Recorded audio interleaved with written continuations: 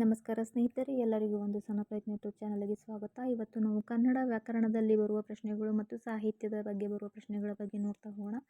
ಇನ್ನು ಯಾರು ಚಾನಲ್ನ ಸಬ್ಸ್ಕ್ರೈಬ್ ಮಾಡಿಲ್ಲ, ಸಬ್ಸ್ಕ್ರೈಬ್ ಮಾಡ್ಕೊಂಡು ನೋಡ್ರಿ. ವರ್ಣ ಎಂದರೆ ಅಕ್ಷರ, ಕ್ಷರ ಎಂದರೆ ನಾಶ, ಅಕ್ಷರ ಎಂದರೆ ನಾಶವಿಲ್ಲದ್ದು.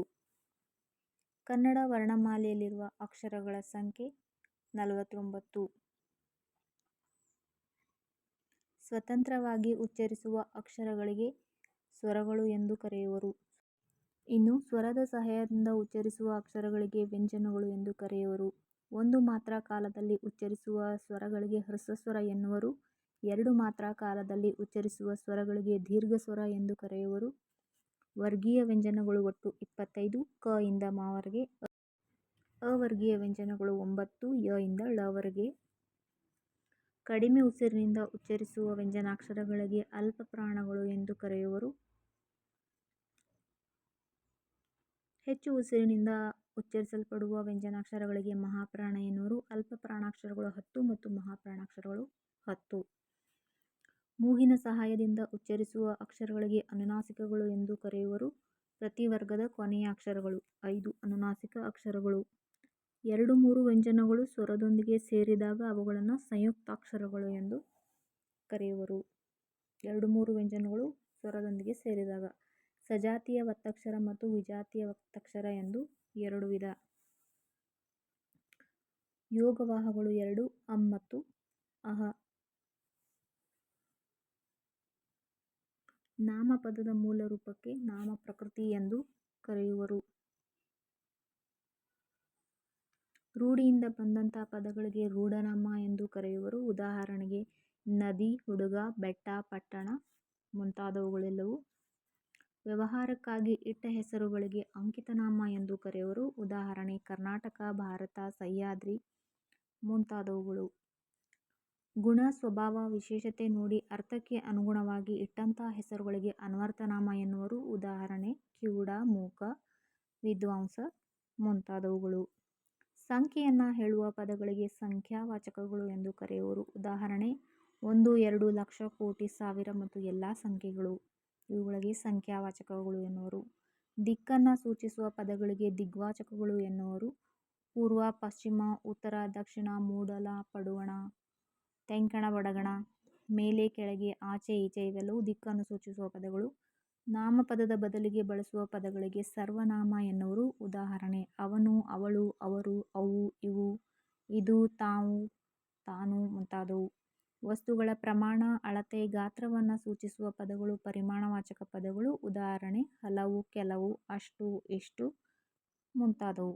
ಸಂಖ್ಯೆಯಿಂದ ಕೂಡಿದ ವಸ್ತುಗಳನ್ನು ಸೂಚಿಸುವ ಪದಗಳಿಗೆ ಸಂಖ್ಯೇಯವಾಚಕ ಪದಗಳು ಎನ್ನುವರು. ಉದಾಹರಣೆ ಒಬ್ಬರು, ಇಬ್ಬರು, ಆರನೆಯ, ಒಂದನೆಯ, ನಾಲ್ಕನೆಯ ಮುಂತಾದ ಪದಗಳು. ಕ್ರಿಯಾಪದದ ಮೂಲ ರೂಪವನ್ನು ಕ್ರಿಯಾ ಪ್ರಕೃತಿ ಅಥವಾ ಧಾತು ಎನ್ನುವರು. ಕ್ರಿಯೆಯನ್ನು ಸೂಚಿಸುವ ಪದಗಳು ಕ್ರಿಯಾಪದಗಳು. ಕ್ರಿಯೆ ನಡೆಯುವುದಿಲ್ಲ ಎಂಬುದನ್ನು ಸೂಚಿಸುವ ಪದಗಳು ನಿಷೇಧಾರ್ಥಕ ಪದಗಳು. ಉದಾಹರಣೆಗೆ ಬರೆಯಳು, ಬರೆಯನು, ನೋಡರು, ತಿನ್ನರು ಮುಂತಾದವು. ಒಂದು ವಾಕ್ಯದಲ್ಲಿ ಕ್ರಿಯಾಪದದ ಜೊತೆಗೆ ಮತ್ತೊಂದು ಕ್ರಿಯಾಪದ ಬಂದರೆ ಅದಕ್ಕೆ ಸಾಪೇಕ್ಷ ಕ್ರಿಯಾಪದ ಎನ್ನುವರು. ಉದಾಹರಣೆಗೆ ಮಕ್ಕಳು ಆಡುತ್ತಾ ಬಂದರು. ಇಲ್ಲಿ ಆಡುತ್ತಾ ಮತ್ತು ಬಂದರು ಎಂಬುದು ಕ್ರಿಯಾಪದಗಳು.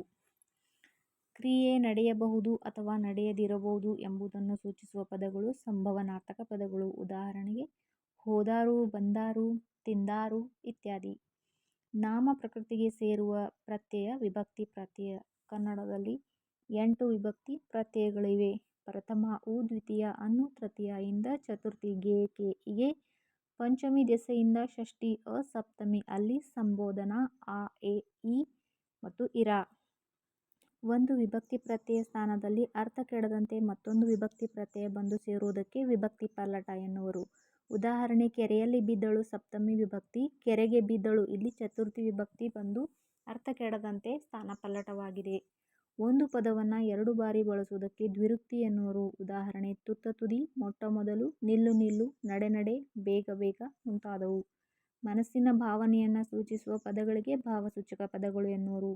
ಉದಾಹರಣೆ ಆಹಾ, ಅಕಟಕಟ, ಓಹೋ, ಅಯ್ಯೋ, ಅಬ್ಬಾ ಈ ರೀತಿ ಮುಂತಾದವು. ಸಂಬೋಧನೆಯ ವೇಳೆ ಬಳಸುವ ಚಿಹ್ನೆ ಅಲ್ಪವಿರಾಮ ಚಿಹ್ನೆ. ಮತ್ತೊಬ್ಬರ ಹೇಳಿಕೆಯನ್ನು ಯಥಾವತ್ತಾಗಿ ಹೇಳುವಾಗ ಬಳಸುವಂತಹ ಚಿಹ್ನೆ ಉದ್ಧರಣ ಚಿಹ್ನೆ. ಇನ್ನೊಬ್ಬರ ಹೇಳಿಕೆಯನ್ನು ಯಥಾವತ್ತಾಗಿ ಹೇಳುವುದು. ವರ್ತಮಾನ ಕಾಲಸೂಚಕ ಪದ ಉತ್ತ. ಭೂತಕಾಲ ಕಾಲಸೂಚಕ ಪದ ದ. ಇನ್ನು ಭವಿಷ್ಯತ್ ಕಾಲದ ಕಾಲಸೂಚಕ ಪ್ರತ್ಯಯ ವ. ಪದ ಅಥವಾ ಪ್ರತ್ಯಯ ವ. ಎರಡು ಅಕ್ಷರಗಳ ನಡುವಿನ ಕ್ರಿಯೆಯನ್ನು ಸಂಧಿ ಎನ್ನುವರು.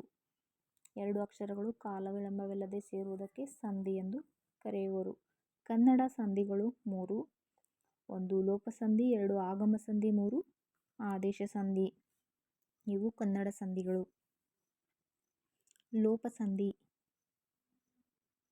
ಸಂಧಿ ಕಾರ್ಯ ಮಾಡುವಾಗ ಒಂದು ಅಕ್ಷರವು ಬಿಟ್ಟು ಹೋದರೆ ಅದನ್ನು ಲೋಪಸಂಧಿ ಎಂದು ಕರೆಯುವರು.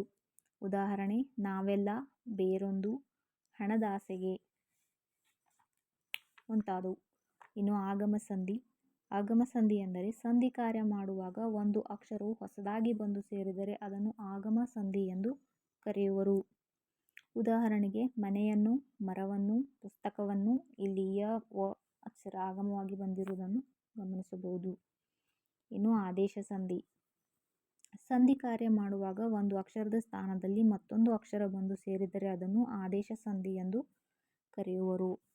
ಕತಪಗಳಿಗೆ ಗದಬಗಳು ಆದೇಶವಾಗಿ ಬರುವವು. ಉದಾಹರಣೆಗೆ ಹೊಸಗನ್ನಡ, ಬೆಟ್ಟದಾವರೆ, ಎಳೆಗರು, ಕಂಬನಿ. ಪ್ರಾಸ ಎಂದರೆ ಒಂದು ವ್ಯಂಜನ ಪುನರಾವರ್ತನೆಯಾಗುವುದಕ್ಕೆ ಪ್ರಾಸ ಎಂದು ಕರೆಯುವರು. ಕಂದ ಪದದಲ್ಲಿರುವ ಒಟ್ಟು ಮಾತ್ರೆಗಳ ಸಂಖ್ಯೆ 64. 1 ಮತ್ತು 3ನೇ ಸಾಲಿನಲ್ಲಿ 12, 2 ಮತ್ತು 4ನೇ ಸಾಲಿನಲ್ಲಿ 20 ಮಾತ್ರೆಗಳು. ಇದು ಕಂದ ಪದ್ಯ. ಇನ್ನು ಭಾಮಿನಿ ಷಟ್ಪದಿಯ ಒಟ್ಟು ಮಾತ್ರೆಗಳ ಸಂಖ್ಯೆ 102. 1, 2, 4, 5 ಸಾಲಿನಲ್ಲಿ 14 ಮಾತ್ರೆಗಳು, 3 ಮತ್ತು 6ನೇ ಸಾಲಿನಲ್ಲಿ 23 ಮಾತ್ರೆಗಳು. ಅತಿ ಹೆಚ್ಚು ಮಾತ್ರೆಗಳನ್ನು ಹೊಂದಿರುವ ಷಟ್ಪದಿ ವಾರ್ಧಕ ಷಟ್ಪದಿಯಾಗಿದೆ. ಇಲ್ಲಿ 144 ಮಾತ್ರೆಗಳಿರುತ್ತವೆ. ಅತಿ ಕಡಿಮೆ ಮಾತ್ರೆಗಳನ್ನು ಹೊಂದಿರುವ ಷಟ್ಪದಿ ಯಾವುದು ಎಂದರೆ ಶರಷಟ್ಪದಿ. ಇಲ್ಲಿ 60 ಮಾತ್ರೆಗಳು ಕಂಡುಬರುತ್ತವೆ. ಷಟ್ಪದಿಯಲ್ಲಿ 6 ವಿಧ. ಏರಿಕೆ ಕ್ರಮದಲ್ಲಿ ಹೇಳಬೇಕೆಂದರೆ ಶರಕುಸುಮ, ಭೋಗ, ಭಾಮಿನಿ, ಪರಿವಾರ್ಧಕ. ಇದನ್ನು ನೆನಪಿಟ್ಟರೆ ಕಡಿಮೆಯಿಂದ ಅತಿ ಹೆಚ್ಚು ಮಾತ್ರೆಗಳನ್ನು ಹೊಂದಿರುವ ಷಟ್ಪದಿಗಳು. ಛಂದಸ್ಸಿನ ಬಗ್ಗೆ ಮೊದಲ ಮಾಹಿತಿ ಇರುವ ಗ್ರಂಥ ಯಾವುದೆಂದರೆ ಕವಿರಾಜ ಮಾರ್ಗ. ಶ್ರೀ ವಿಜಯನ ಕವಿರಾಜ ಮಾರ್ಗ. ಕನ್ನಡ ವೃತ್ತಗಳ ಗಾಯತ್ರಿ ಅಂದರೆ ತ್ರಿಪದಿಗಳು. ಅಕ್ಷರಗಣದಲ್ಲಿರುವ ಗಣಗಳ ಸಂಖ್ಯೆ 8. ಖ್ಯಾತ ಕರ್ನಾಟಕ ವೃತ್ತಗಳು 6. ರಗಳೆಯ ಕವಿ ಹರಿಹರ. ತ್ರಿಪದಿಗಳ ಬ್ರಹ್ಮ ಸರ್ವಜ್ಞ. ಷಟ್ಪದಿಯ ಬ್ರಹ್ಮ ರಾಘವಾಂಕ. ಕನ್ನಡದ ಮೊದಲ ಶಾಸನ ಹಲ್ಮಿಡಿ ಶಾಸನ. ಹಲ್ಮಿಡಿ ಶಾಸನದ ಭಾಷೆ ಪೂರ್ವದ ಹಳೆಗನ್ನಡ. ಕನ್ನಡದ ಪ್ರಥಮ ಉಚಿತ ಗಣಕ ಮುದ್ರಣ ಸಾಫ್ಟ್ವೇರ್ ಯಾವುದು ಅಂದರೆ ಬರಹ ಎಂಬುದು. ಯಾವುದೇ ಪ್ರತ್ಯಯ ಬಯಸದ ಧಾತು ಸಹಜ ಧಾತು. ಮಾಡು, ಬಳಸು, ಬರೆ ಇತ್ಯಾದಿ ಇವು ಸಹಜ ಧಾತುಗಳು.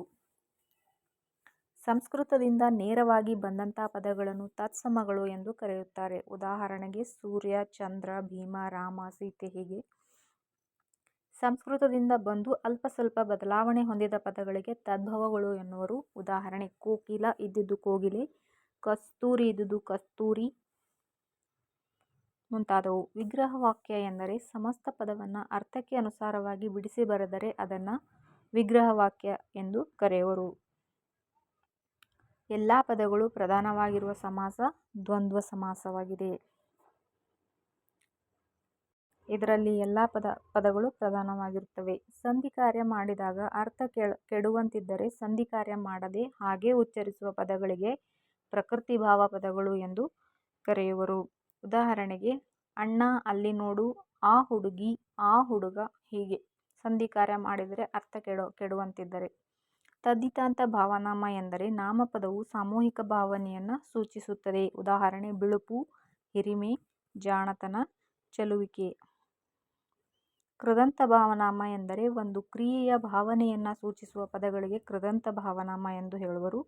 ಉದಾಹರಣೆ ನೋಡುವುದು, ಕುಣಿಯುವುದು, ಬರೆಯುವುದು ಇತ್ಯಾದಿ. ಲಘುಗುರು ಮೂರಿರೆ ಮನಗಣ. ಮೂರಿರೆ ಮೊದಲಿರೆ ನಡುವಿರೆ ಕೊನೆಯಿರೆ ಮನವಯ ಜರಸತ. ಪಂಪನನ್ನ ಕವಿಕುಲಗುರು ಎಂದವರು ತೀನಂಶ್ರೀಯವರು. ಪಂಪನ ಕಾವ್ಯದ ಭಾಷೆ ಪುಲಿಗೆರೆಯ ತಿರುಳ್ಗನ್ನಡ. ಬ್ರಹ್ಮಗಿರಿ ಶಾಸನದಲ್ಲಿ ಕಂಡುಬಂದಂತಹ ಕನ್ನಡದ ಶಬ್ದ ಇಸಿಲ್. ಗಜಾಷ್ಟಕ ಕೃತಿಯ ಕರ್ತೃ ಸೈಗೊಟ್ಟ ಶಿವಮಾರ.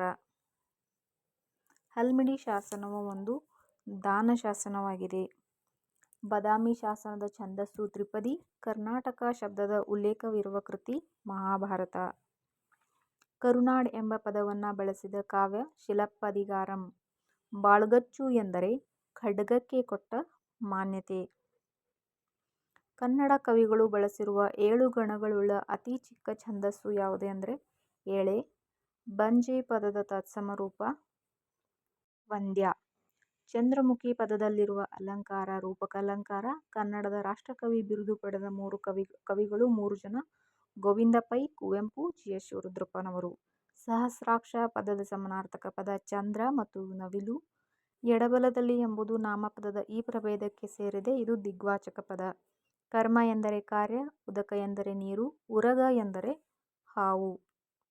ಸೂರ್ಯೋದಯ ಎಂಬುದು ಗುಣಸಂಧಿಗೆ ಉದಾಹರಣೆ.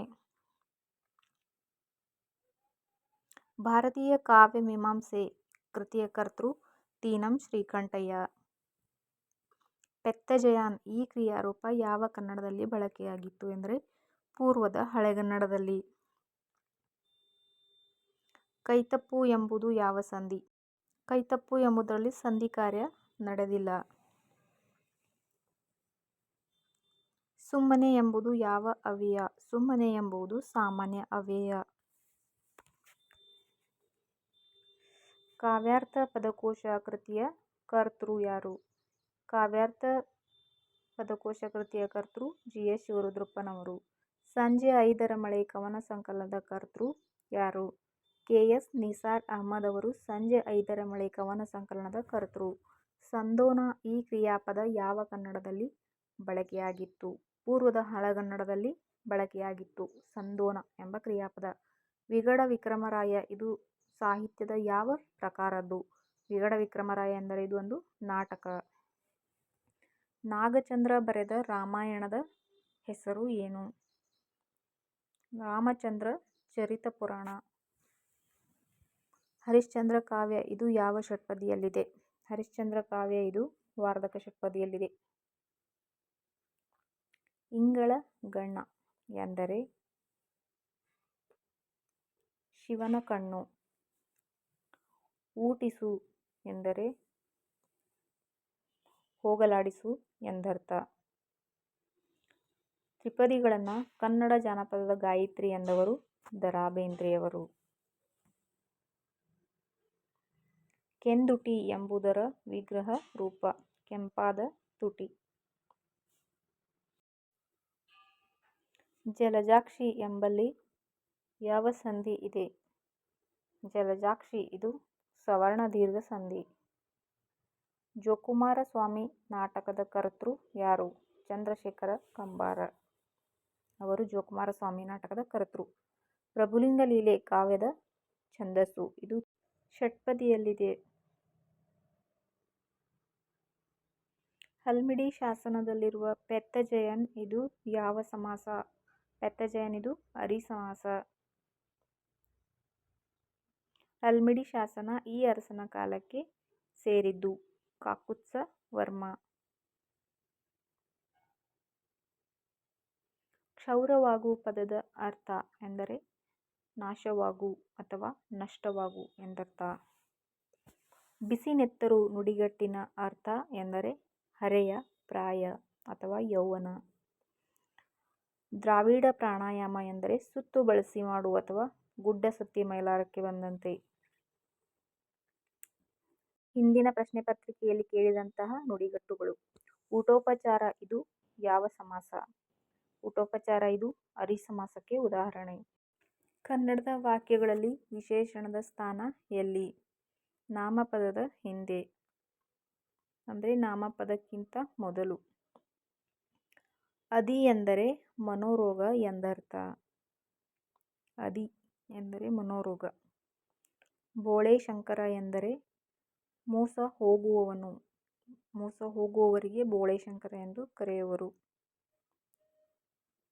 ಚಾರಣವೆಂದರೆ ಪ್ರವಾಸ ಅಥವಾ ಸಂಚಾರ. ದೊರಗು ಪದದ ವಿರುದ್ಧ ಪದ ಕೋಮಲ. ದೊರಗು ಎಂದರೆ ಬಿರುಸು ಎಂದರ್ಥ. ನವನೀತ ಎಂದರೆ ಬೆಣ್ಣೆ.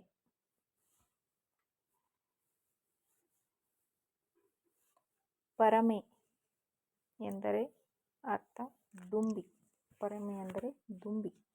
ಮುನ್ನೀರು ಎಂದರೆ ಸಮುದ್ರ.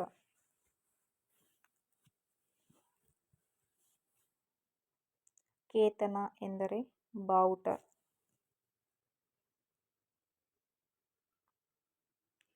ಕಡಸು.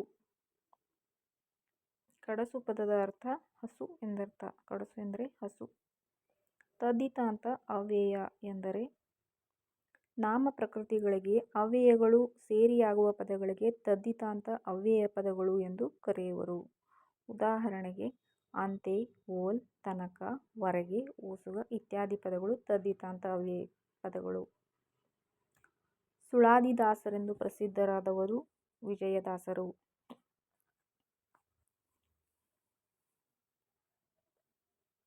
ದಾಸ ಸಾಹಿತ್ಯದ ಅಶ್ವಿನಿ ದೇವತೆಗಳು ಪುರಂದರದಾಸರು ಮತ್ತು ಕನಕದಾಸರು. ಸೂಕ್ತಿ ಸುಧಾರಣವ ಎಂಬ ಸಂಕಲನ ಗ್ರಂಥ ರಚಿಸಿದವರು ಕವಿ ಮಲ್ಲಿಕಾರ್ಜುನ ಅವರು. ಇದಾಗಿತ್ತು ಸ್ನೇಹಿತರೆ ಕನ್ನಡ ಸಾಹಿತ್ಯ ವ್ಯಾಕರಣದ ಬಗೆಗಿನ ಕೆಲವು ಪ್ರಶ್ನೆಗಳು. ಮಾಹಿತಿ ಇಷ್ಟ ಆಗಿದ್ರೆ ಲೈಕ್ ಮಾಡಿರಿ. ಇನ್ನು ಯಾರು ಚಾನಲ್ನ ಸಬ್ಸ್ಕ್ರೈಬ್ ಮಾಡಿಲ್ಲ ಸಬ್ಸ್ಕ್ರೈಬ್ ಮಾಡ್ಕೊರಿ.